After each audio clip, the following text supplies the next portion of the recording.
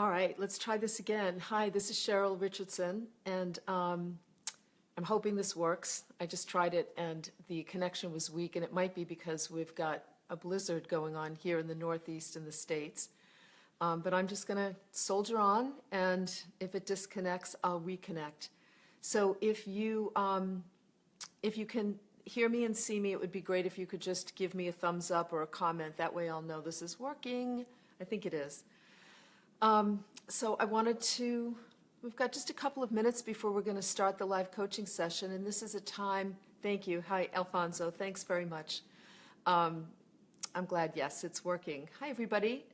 Nevin, hi, Nevin. And Amanda. Thanks, Amanda. Joanne. So, yeah, Carmela, good morning. Erin, good morning. I love that we get to hear from people all over the place. I love you too, Musab. Zandra, hello. Great, so this is totally working. And so today I'm going to do a live coaching session with you, and what that means is you have an opportunity to ask a question, present a challenge that you might be faced with. You just want to do so in as brief a fashion as you can so I can read the comment easy enough. And then I will do my best to provide you with some guidance and resources and support. Hi, Claire from the UK. And Jocelyn. Hi, Jocelyn. Thank you, Fernanda. So, you know, we can talk about anything. It could be self-care related, career, business, how to survive a blizzard. Here, I'm going to show you what it looks like. Let's see if I can do this. You really can't see much, but I'm just going to flip. Look at that. That's my view. That's my little seagull sculpture above. And that's my view, which is pretty much non-existent. It's kind of a whiteout right now. Hi, Larry. It's white over here. Hi, Terry. Glad to see you. Yes. So yeah, it's pretty crazy here. But we can talk about whatever you'd like. So before we get started, you know, you can type up your questions into the comment section. There's a couple of things. First of all, I just want to publicly thank Anne-Marie Gianni.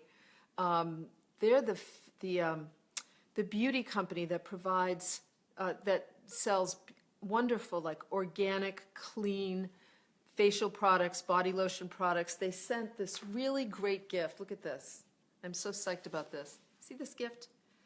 They sent us 50 of these for the people that, the women that are going to be joining me for the Self-Care by the Sea retreat in April. I mean, like, this is an awesome gift. I couldn't believe it when they sent it. It's not just like a couple of little samples. It's a really beautiful box with some great samples of their products. I use their essential oils. I love them. I don't get paid a referral fee for saying this at all. I just really love their products. And so I just wanted to thank them, and I'll put a link to their website when I'm done here in case you're interested. People are always saying to me, oh, your complexion is so clear. My mother-in-law said to me last night, why does your face look so good? And I said, well, thank you. It's probably because of Anne-Marie Gianni products, and now I have to get her some. I'm going to get her some for her birthday, and I'm hoping she's not watching. Anyway, so I am here to support you. So let's start with some questions. Nancy says, continuously I feel like I'm in a subordinate place to my husband, career, kids, and family land, even to my husband's late wife. That's interesting. Could use some guidance. Well, Nancy, you know, I guess that, you know, one of the questions I have for you is, what do you need to do to put yourself in a better position?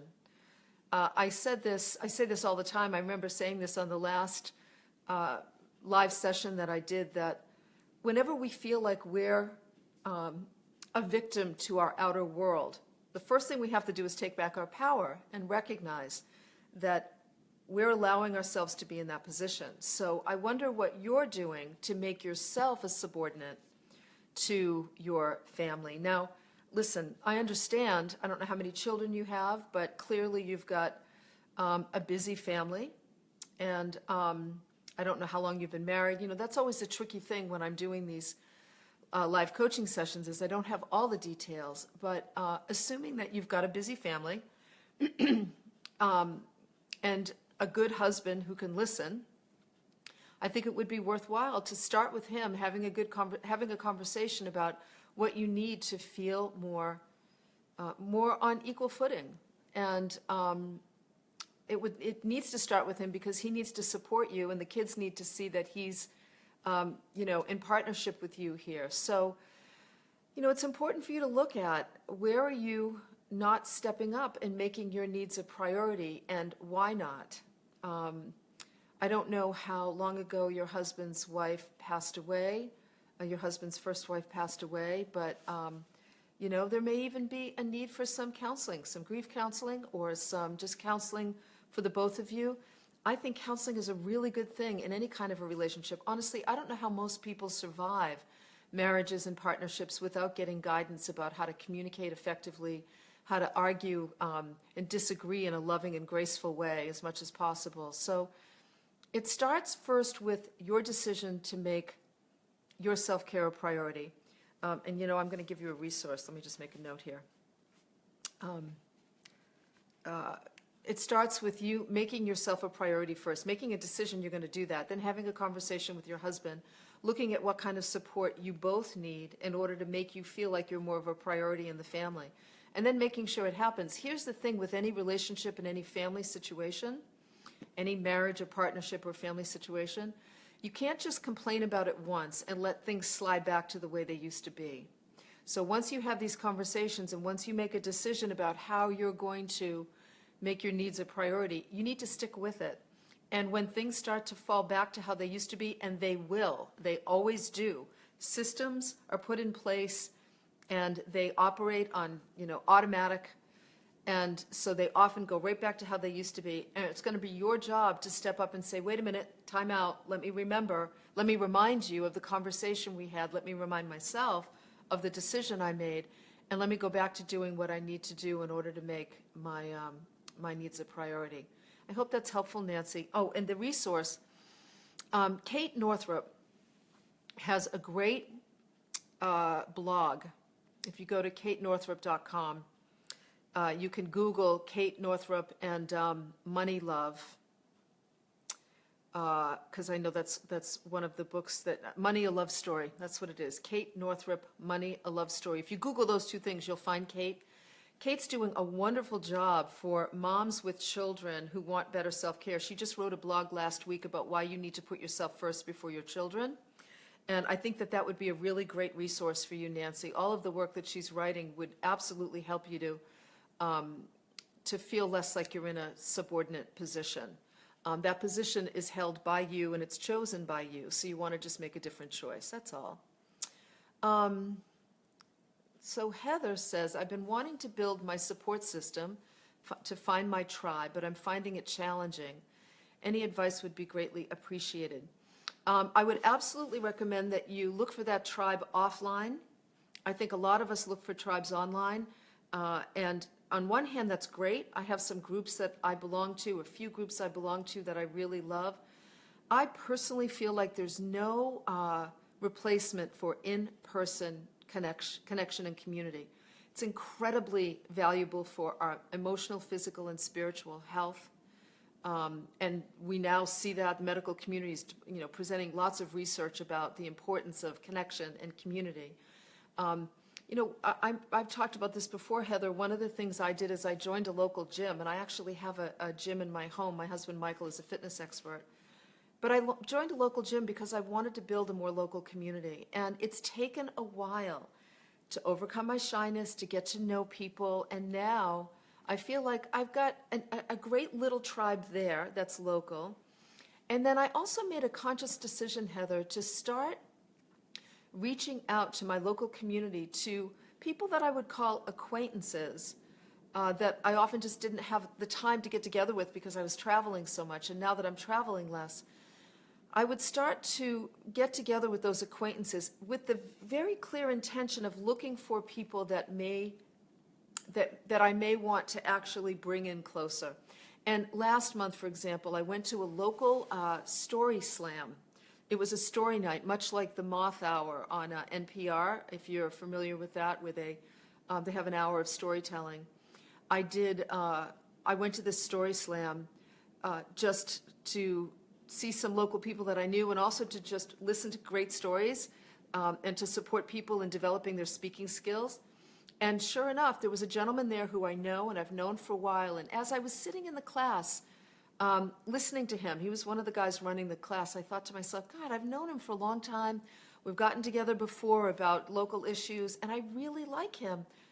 Maybe he's somebody that I actually need to move closer into a tribe. And sure enough, Heather, at the end of the night, he said to me, hey, Cheryl, are you free for lunch by any chance? I'd love to get together for lunch. And I thought, there you go, right? The universe is speaking. So look around for people who might be on the periphery of your life, Heather, and invite a few in and see if they actually start to feel more like a tribe. And, you know, the old advice of take a yoga class. The thing is, you've got to take some classes where you'll see people continuously over a period of time. That's what's going to help you to, you know, get to know people and get a sense of whether or not you actually want them in your tribe. All right, Heather, thank you. I hope that's helpful. Let's see. Oh, thank you, Erin.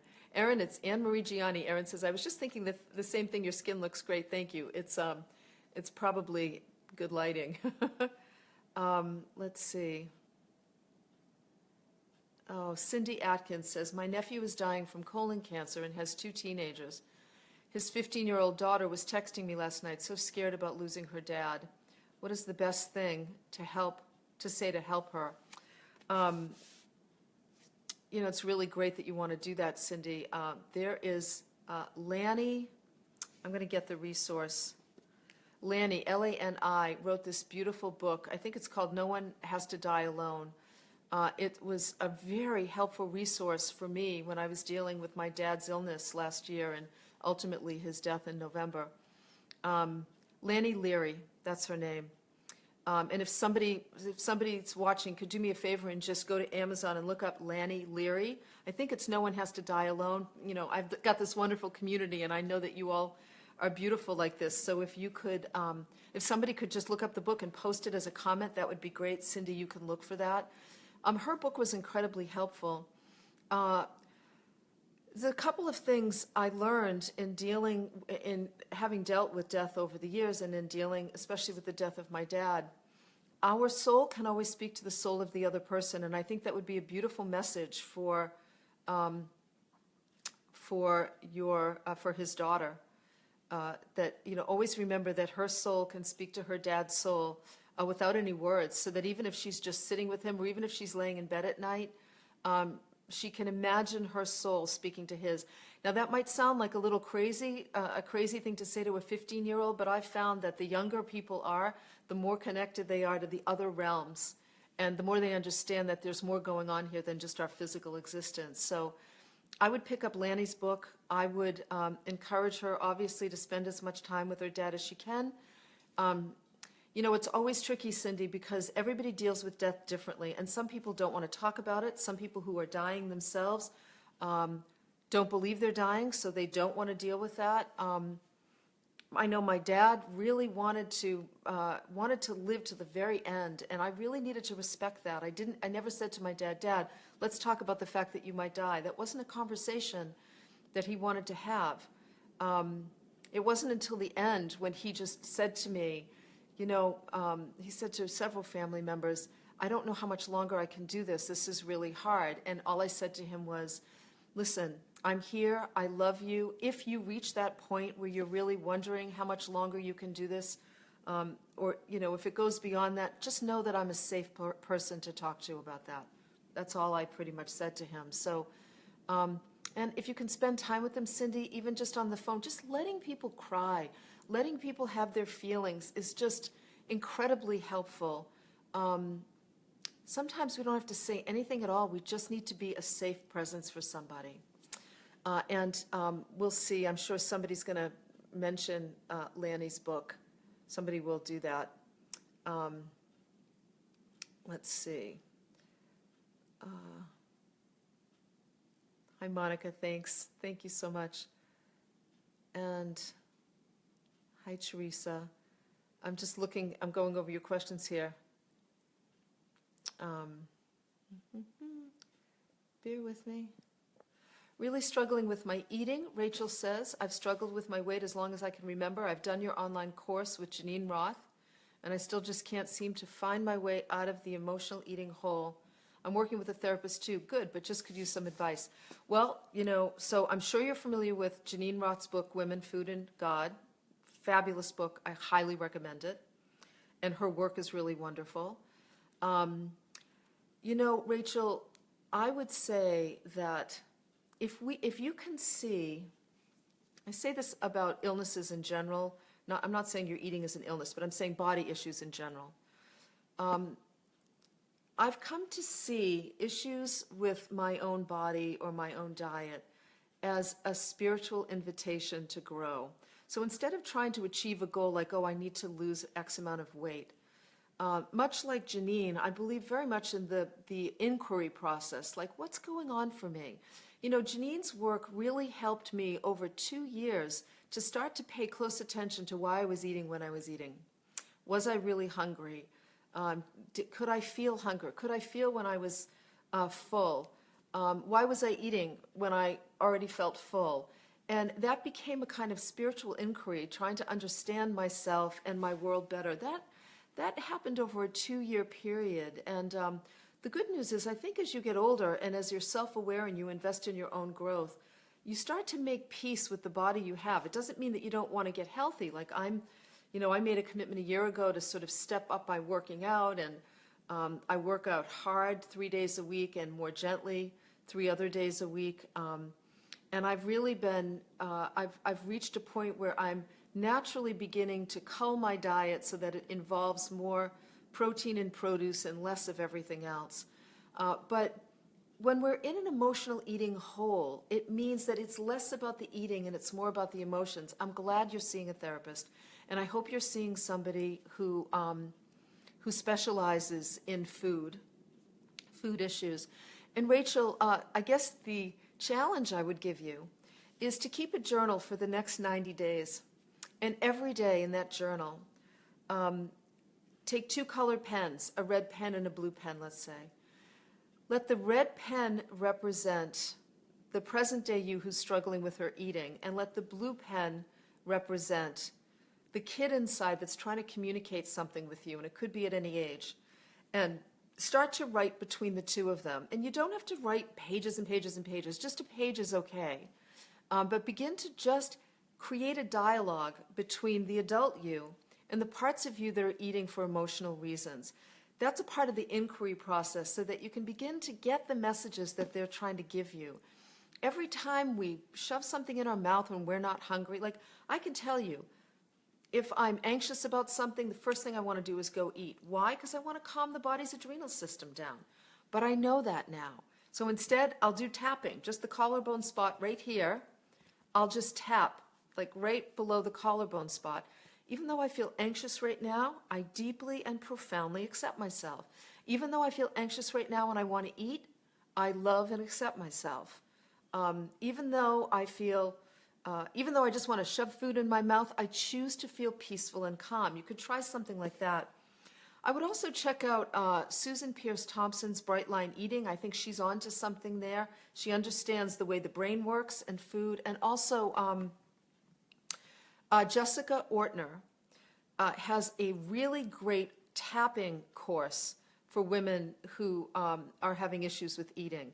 I think those 2 resources could be helpful. There's not a magic answer, Rachel. It's really inquiry. Like I've learned so much from so many different places, and what I'm doing now later in life is pulling together what works for me, and ultimately I think that's what we all need to do. I hope that's helpful, sweetheart. Let's see. Nancy says, I was just laid off from my dream job. Ugh, don't you hate that? And feel deflated, like finding something so in alignment will never happen again. I don't know how to shift my energy. Oh, Nancy, trust me, it's going to happen again. But here's the thing. Years ago, before I became a coach even, I worked for an outplacement training company. And what that is it's a company that goes in when people are laid off, meets with people right after they've gotten the bad news, and then works with them to help them find another job. So I did that work for quite some time. The very first thing you want to know is getting laid off from a job, and especially your dream job, is a loss, right? It feels shitty. And so what you want to do is you want to first give yourself some time to take in what's happened, to grieve the loss, to be angry about it, to be frustrated about it, to be scared that you'll never find something again. All of those things are normal and they'll pass. Let yourself fully express them. This would be a great time to be journaling. You could write a letter to whoever laid you off, telling them how mad you are, and, give voice to your anger in your journal. Give voice to your fear in a journal. Give voice to your deflatedness in a journal. Like, just get it all out on the page. And then start affirming, the universe has something wonderful in store for me. I'm so excited. The next dream job is right around the corner. The perfect job finds me. I would do pages. Every day I would do a whole page in my journal of positive affirmations. And there's a wonderful book that's going to be coming out by my friend Bob Olson. It won't be available till May, but I just thought of this. The book is called The Magic Mala. And it's an interesting book in that it's not only a novel, but it's a process for manifesting something new. And I was just thinking of that, Nancy. If you could get yourself, I usually have mala beads right near me somewhere, but I don't have them right here. Get yourself a set of prayer beads or mala beads, and every day, in the morning, in the afternoon, in the evening, do a round on the mala. The perfect job finds me. I'm so excited. My next dream job is going to be even better. The universe keeps bringing opportunities my way. Just do a round on the mala with different affirmations, or you could just repeat the same affirmation as a way to start implanting in your brain a better perspective. Then you want to do some practical things. Get a good resume together. You can go to pongoresume.com, Pongo, Pongo Resume. Great resume ideas there, easy way to put a resume together. You can Google it if you can't find it, Pongo Resume. Make sure that you have somebody who knows about resumes. Take a look at it to make sure it's in good shape. And then you want to start networking. But don't network during the times where you feel deflated and upset. Don't do that. Instead, work on your resume. Do research online about new potential jobs. I have no doubt, Nancy, and I'm telling you, I swear, this is true. I've worked with hundreds and hundreds of people who were laid off and were really devastated by that. And if they took this process that I'm talking about seriously, they would come back to me 6 months later, 9 months later, a year later, and say getting laid off was the best thing that ever happened to them because they had no idea what the universe had in store. So I'm holding that for you too, Nancy. I'm holding that belief for you. Never underestimate people, everybody watching. Never underestimate working with energy. This isn't just about the physical world. As a matter of fact, more importantly, what you put in your brain, what you're affirming, the energy, allowing yourself to have your feelings and then restoring yourself to a sense of balanced energy is what helps you to manifest what you want in life. But you've got to do the deep healing work too. It's not just, la, la, la, la, la, the universe is bringing me a great job. It's, I'm going to cry. I'm going to get support. If it's really, really difficult, you get some support from friends or from counseling. Allow yourself to feel your feelings fully, and then get out there and start looking for the next dream job. But give yourself a chance to grieve, sweetheart. Really, give yourself a chance. Okay.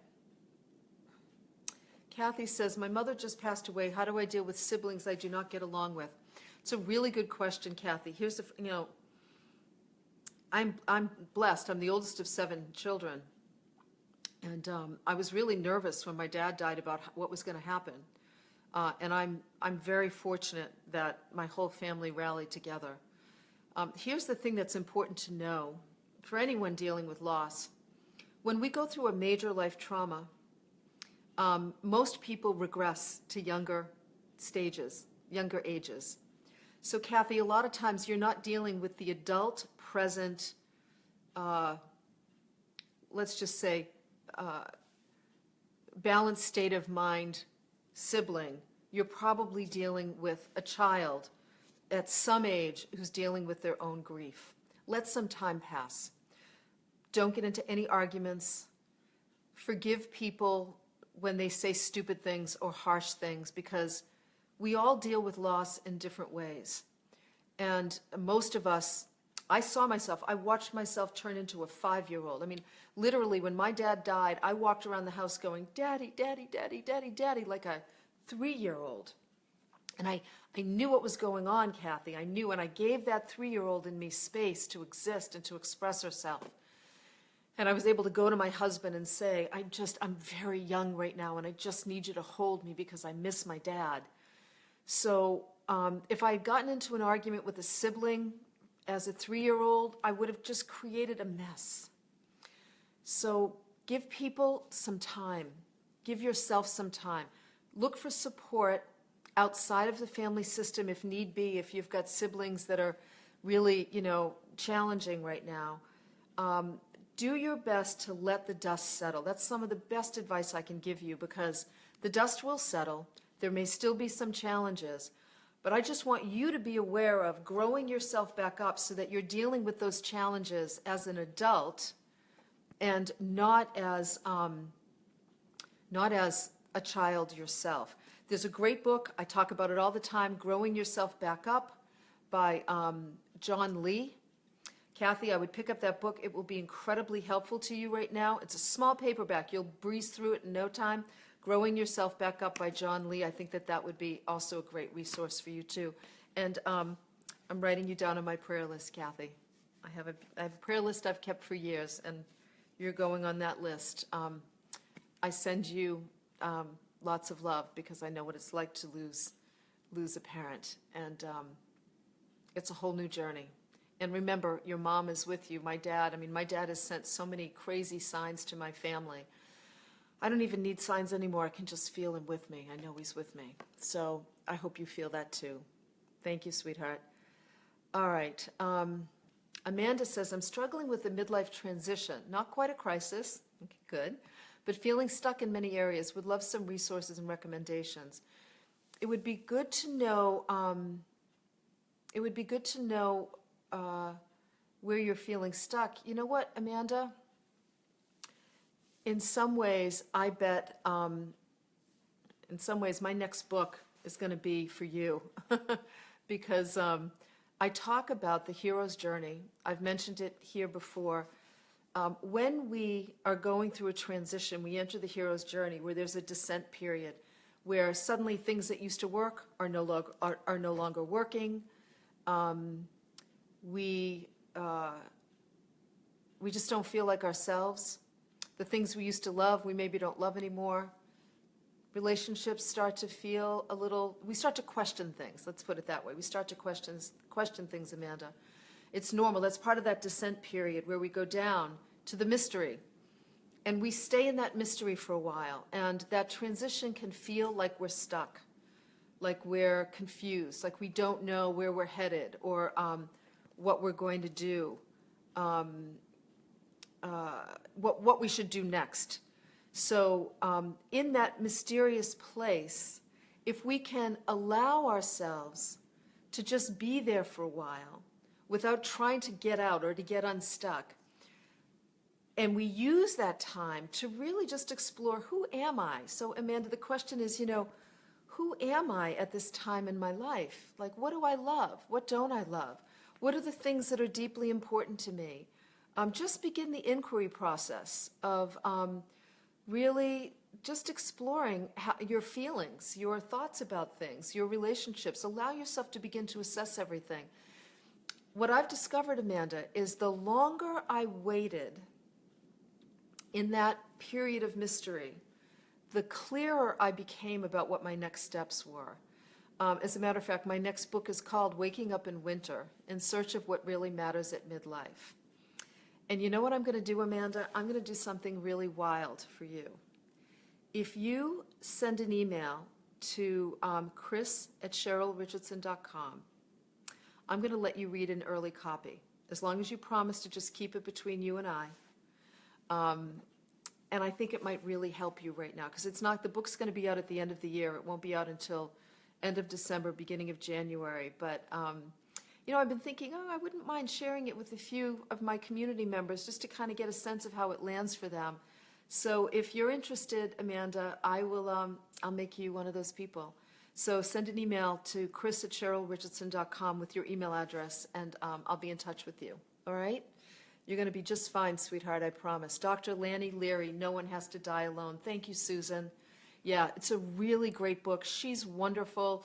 Go online. You know, if you're dealing with death and loss, please go online and read her stuff. As a matter of fact, when I found her book, I bought 10 copies of it, and I kept it in my library. There's a few books I always keep. I always keep The Wisdom of the Enneagram.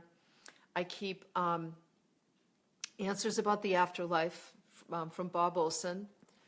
I keep Brian Weiss's Many Lives, Many Masters, and Lani Leary's book, No One Has to Die Alone, because I'm always giving those books out. I just find them to be incredibly helpful. Okay. Let's see. Yeah, thank you, everybody, for giving me that. Okay, so May says, we're moving back home, starting from 0 point, happy but terrified of this new challenge. How can I stop floating between these two opposite emotions? Well, the good news, May, is that I always say, whenever I feel really scared and really excited, it's usually an indication that I'm taking the right step. So that's good. I would pay attention to your language, particularly because you're talking about also being happy about moving home. I think it sounds like you're also happy about it. Pay attention to your language. To say that you're terrified keeps your body, your body believes everything you say, or your body believes most of what you say. Let's put it that way. So pay attention to your language. You can say, I'm nervous about moving home.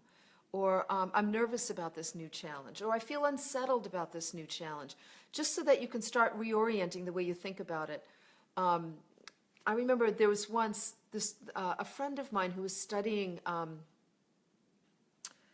there was a book. She was studying positive psychology. She was a therapist and did wonderful work with people around the brain and positive psychology. And there was a book. There's another book I keep in my library. It'll come to me. But I remember her saying to me once, I was really concerned about a speech that I need to give. This was years ago, and somebody had hired me to give a big speech, and I was really scared, and I kept saying to her, I'm just so terrified about giving the speech. And she said something that was like ridiculously helpful. She said, don't make it significant. Stop making it significant. And I don't know what it was, May, but it really did it for me. And every time I caught myself going, oh, this big, I went, don't make it significant. And it really helps. So don't make this move that significant. Make it an exciting adventure. Let it be that. Also, use the tapping. The tapping summit has finished. You can, if you go to thetappingsolution.com, you can find out. I'll tell you, it's worth the investment to get all of the tapping discs from the summit. I'm making a note to put the link, the summit link, on this when I'm done too. It's really worth it. I find it's one of the best products you can buy because you'll use it over and over and over again. Tapping would be really helpful too for you, May. Yes. Hi, Lee BL. I never know how to say Lee. I know you, but I can't remember how to say your name. And yeah, I'm so sorry about your dad too. You lost your dad. Let's see.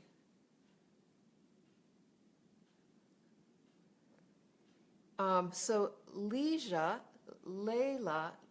I'm going to say Layla, I hope I'm saying it right, says, Dear Cheryl, I'm on my way of positive transformation for 8 years now, but still, with everything I've learned, I still have that feeling deep in my solar plexus, like I can achieve more, I can do much more, but I feel sometimes that I'm stuck and I don't know how to explain that. She's writing from Bosnia, so your English, that's okay. So my English is not that good. You did a great job, my dear. You did a great job. So I don't know how old you are, because that would sort of skew my answer here. You know, we live in a world right now where we're kind of made to believe that we are supposed to always be going for more. And too often we don't stop to kind of notice what's already here. And Layla, I would say that's the first thing, is to just You know, every night I do a gratitude list. I have for a long time. I go on my Instagram account or my Twitter account, and I just post 5 things I'm grateful for. And I invite people to share their gratitude list with me. And I do that because I love reading about what other people are grateful for, because it reminds me of things to be grateful for. I think it's important when we're feeling like there's so much more we can do to also pay attention to what we've already done. So you said for 8 years now, I'm on my way of positive transformation. I know what you mean. For 8 years, you've been involved in bettering your life and growing and bettering yourself, and that's fantastic. Sometimes we have to stop and acknowledge where we are and how far we've come.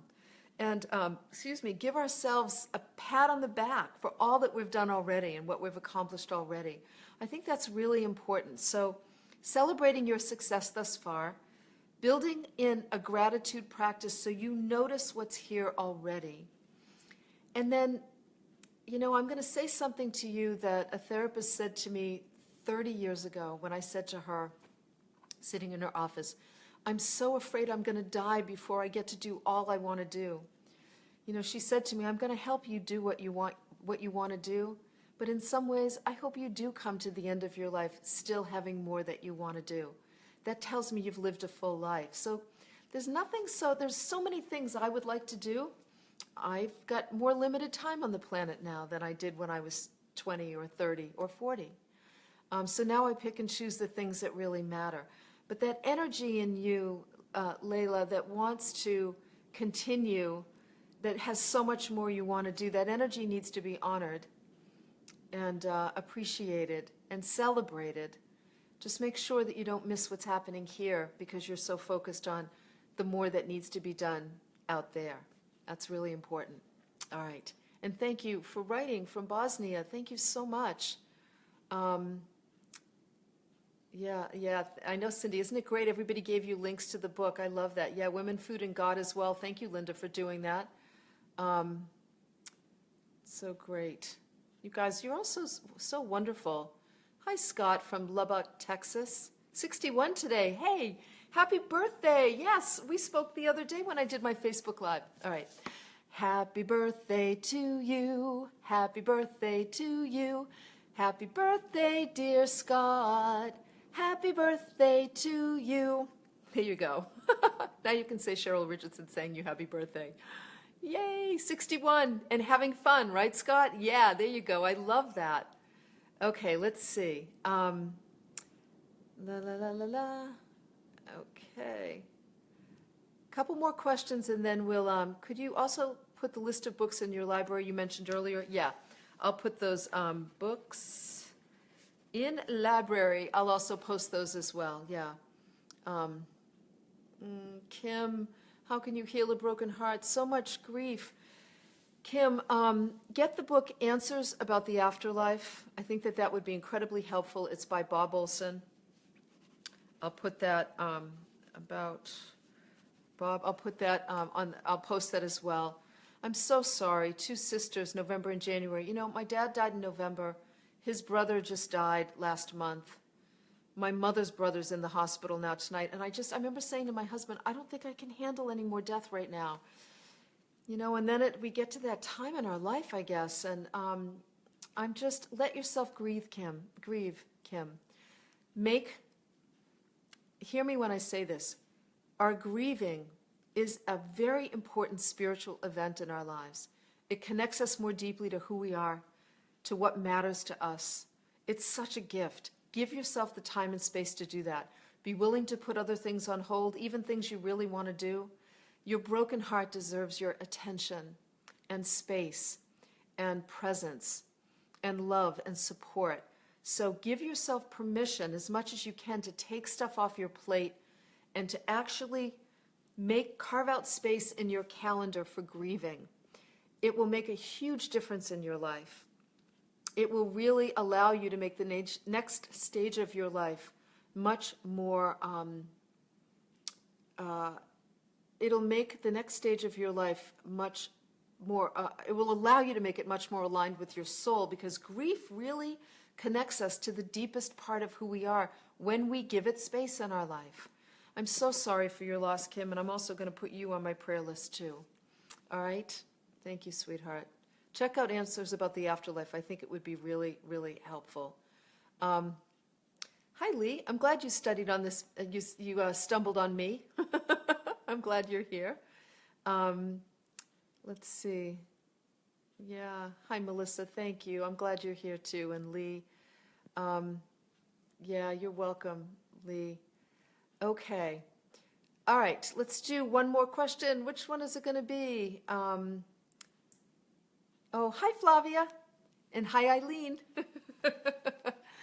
Eileenie, I miss you so much. Let's see. Greatly appreciate, Safari says, I would greatly appreciate guidelines on setting boundaries. Depends on the kinds of boundaries. In Stand Up for Your Life, which is, I think, my third book, my third book, there's a whole chapter about setting boundaries that I would recommend, Safari. The first step is really getting clear about what your boundaries are, what people can and can't do. So I think of boundaries as sort of a line around us, right? And there are some boundaries that are very close, like nobody gets to hit me, nobody gets to yell at me. Some boundaries are wider. A wider boundary might be that, nobody gets to call me when I'm busy. But the boundary is that I turn my phone off, right? I set a boundary in that way. So our boundaries protect our physical body. They protect our emotional health. They protect our physical space. So we can have boundaries around our home, boundaries around our relationships, boundaries at work, boundaries around when we'll work, when we won't work, those kinds of things. So really identifying first the boundaries that are important to you. Usually the way we do that is by noticing where we feel like our boundaries are being crossed currently. I often say that if you give me a year of working with somebody on just setting boundaries over the year, over the course of a year, they will be a completely different person at the end of a year. So Safari, first it's about recognizing what you need in order to feel safe, in order to be the best version of yourself. I have boundaries like I don't do emails or work in the morning. My mornings are sacred. It's a time for meditation, a time for studying, a time for feeding the birds and playing with my cat. Sometimes it's a time to hang out with my husband if he's still awake. He's a night owl. He goes to bed in the morning when I get up. Writing. So I have boundaries around my mornings. There's certain things that I don't want. I don't have the phones on. I don't schedule appointments if I don't have to or if I don't want to in the mornings. I have boundaries around people, or events. Like I don't want to go to events where I just have to, chit-chat and do small talk and pretend I'm happy when I'm not. At this point, I've got a boundary around that. I'm not going to do that unless there's a reason for me to be there. I have boundaries about wanting to be authentic in my relationships. I don't want to pretend with people, and I don't want people pretending with me. So, that's sort of in regards to relationships. I live in a house on a hill that's not right on the street because having privacy was an example of a boundary that was important to me. I wanted space and privacy. So I hope that those examples are helpful. Identifying what boundaries you need to set first.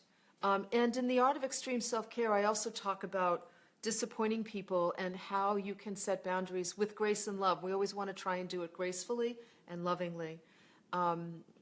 So I hope that's helpful. I know if I knew the boundaries, it would be a little bit better. So during my next Facebook Live coaching session next week, maybe if you want to give me some specifics, we can talk about that then. Robert says, hey, Cheryl, any advice for a completely lost guy? I'm 45. Robert, how come you're completely lost? You're here, so you're not that lost. I understand that you might feel that way. It's an interesting thing that's happening with men these days. Men, for a long time, women have made up a majority of self-help readers, self-help workshop attendees. And, a lot of that traditionally had to do with the fact that men were breadwinners and didn't have the time and they weren't trained to look under the hood. Women were trained to be more relational with ourselves and with others. Instead of feeling lost, the way to find yourself is to begin to really develop a relationship with yourself, Robert. What are some of the things I did early on? I started reading books. I started started to get to know myself better. As a matter of fact, Robert, here's what I would say. If you send an email to chris@cherylrichardson.com, that's my assistant Chris, she's wonderful, I'm going to send you a copy of The Unmistakable Touch of Grace. And that book I wrote several years ago. It's kind of like a spiritual memoir, and it shares my own journey of growth from being lost to finding myself. And I think that that's probably the best answer I can give you is I'll send you that book, Robert, and if you read it, you'll get to see some of the resources that really, really supported me along the way and changed my life. So how's that for a quick way to coach you? That's the easiest thing I can say. But that book is a special book to me, and it was a book I wrote over. It was a 9-month period. I rented this little cottage on the water on Plum Island near where I live. And every day I would go there. It was this tiny, tiny little cottage. I had like an air mattress in one room, and there were these glass windows that looked out over the mouth of the river that emptied into the open ocean. And I would go there every day. It was the dead of winter. It was freezing. It was like today. Like, look, I'm going to show you all what outside. I'm in the blizzard, right? Look at now. You can't see anything now. It's now officially a blizzard. The window completely covered with snow. But it was really, really, it was winter time, Robert, and I went there, and every day I would go. I'd wake up, and I'd go, and I'd write. Sometimes I stayed over. Mostly I came home to be with Michael. But I went through 25 years worth of journals and revisited my whole life, and then put that book together as a way of demonstrating both to myself and to the reader that we're never alone, that there is a divine presence that has our back whether we believe it or not. How awesome is that? And I used that period of time to really identify all the ways in which, to go back and look at my life and identify all the ways in which the universe, the divine, God, creator, whatever you call him or her, I call her now, I was able to go back and look at all the ways that God was really guiding my life. And then I wanted to share that with people so that you would know that too. So Robert, I'm going to send you that book, and with a little note, and I hope that it helps you too. I have a sneaking suspicion it might. Okay, I know I keep saying, okay, one more question, right, and then we're done. Thanks, Judy. Judy says, thanks for being here with my coffee. That's great. I'm glad the topics are helpful too. Yeah, Lee, no small talk. Hate that, right? So let's see. Yes, The Art of Extreme Self-Care, Lee, is one of my books. I know, it is great, Marilyn, to be able to reach so many people. So, all right, I'm going to wrap up. Let's see, how do I want to wrap up? A few things.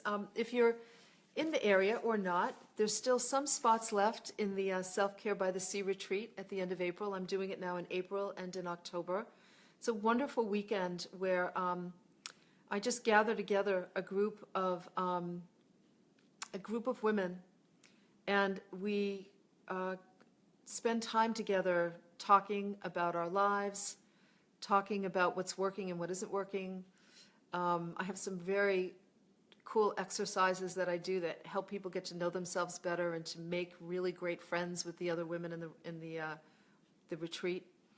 And we laugh a lot, and it's just a way to help women feel safe and loved and able to open up so that they can learn more about themselves and leave with a path toward even greater self-care. So there are some spots left, and if you're interested, I'll also put the retreat link in the post here when I'm done.